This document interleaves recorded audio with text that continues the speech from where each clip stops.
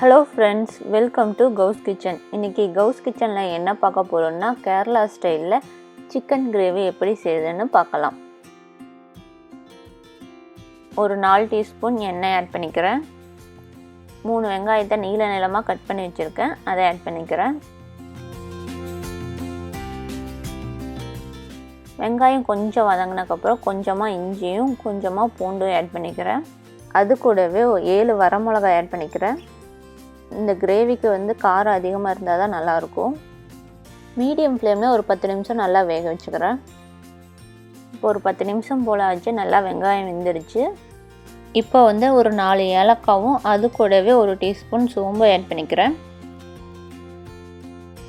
நல்லா வதக்கி கொடுத்துட்டு கேஸ் ஆஃப் பண்ணிடுறேன். ஆஃப் பண்ணிவிட்டு நான் நல்லா ஆறுனதுக்கப்புறம் மிக்ஸி ஜாருக்கு மாற்றிக்கிறேன். இப்போ மிக்ஸி ஜாருக்கு மாற்றிட்டேன். இப்போ நல்லா ஃபைன் பேஸ்ட்டாக அரைச்சிக்கிறேன்.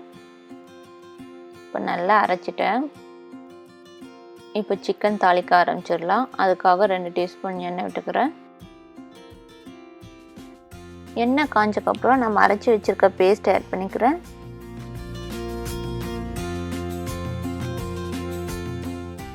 நல்லா மிக்ஸ் பண்ணி கொடுத்துட்டு ஒரு 5 நிமிஷம் நல்லா வேகட்டும். ஒரு 5 நிமிஷம் போலாச்சு, நம்ம ஆட் பண்ண எண்ணெயெல்லாம் பிரிஞ்சு வந்துடுச்சு. இப்போ மசாலாலாம் ஆட் பண்ணிக்கலாம். மஞ்சள் தூள் 1/2 டீஸ்பூன், சிக்கன் மசாலா 1 டீஸ்பூன், மல்லித்தூள் 1 டீஸ்பூன், எல்லா மசாலா பொருளும் ஆட் பண்ணியாச்சு. இப்போ ஒரு டைம் நல்லா மிக்ஸ் பண்ணி கொடுத்துட்றேன். மிக்ஸ் பண்ணி கொடுத்துட்டு கொஞ்சமாக தண்ணி ஆட் பண்ணிக்கிறேன். ஏன்னா ரொம்ப கெட்டியாக இருக்கும், அதனால் கொஞ்சமாக தண்ணி ஆட் பண்ணி ஒரு டைம் மிக்ஸ் பண்ணி கொடுத்துட்றேன். ஒரு 10 நிமிஷம் ஒரு மீடியம் ஃப்ளேம்லேயே நல்லா கொதித்து வரட்டும். பாருங்கள், 10 நிமிஷம் போலாச்சு, நல்லா தெறிக்க ஆரம்பிச்சிருச்சு. இப்போ நான் சிக்கன் ஆட் பண்ணிக்கிறேன். சிக்கன் நான் நல்லா மஞ்சத்தூள் போட்டு கழுவி வச்சுருக்கேன். அது கூடவே தேவையான அளவு உப்பு ஆட் பண்ணிக்கிறேன். உப்பு ஆட் பண்ணிவிட்டு நல்லா ஒரு டைம் மிக்ஸ் பண்ணி கொடுத்துட்றேன். ஒரு 20 நிமிஷம் நல்லா மீடியம் ஃப்ளேம்லேயே நல்லா வேகட்டும்.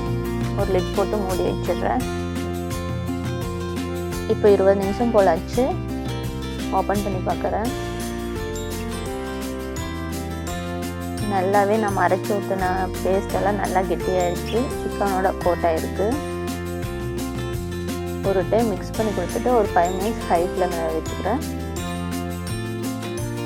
மிக்ஸ் பண்ணிவிட்டு தான் ஹை ஃப்ளேமில் வைக்கணும், இல்லைன்னா அடி பிடிக்க ஆரம்பிச்சிடும்.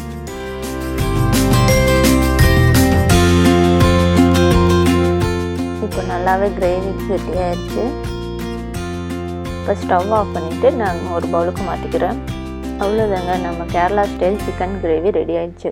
நீங்கள் இதை ஒரு டைம் ட்ரை பண்ணி பாருங்கள். இந்த வீடியோ உங்களுக்கு பிடிச்சிருந்தா லைக் பண்ணுங்கள், கமெண்ட் பண்ணுங்கள், ஷேர் பண்ணுங்கள். மறக்காமல் கவுஸ் கிச்சனுக்கு சப்ஸ்கிரைப் பண்ணி பக்கத்தில் இருக்க பெல் பட்டனை கிளிக் பண்ணுங்கள். தேங்க்யூ.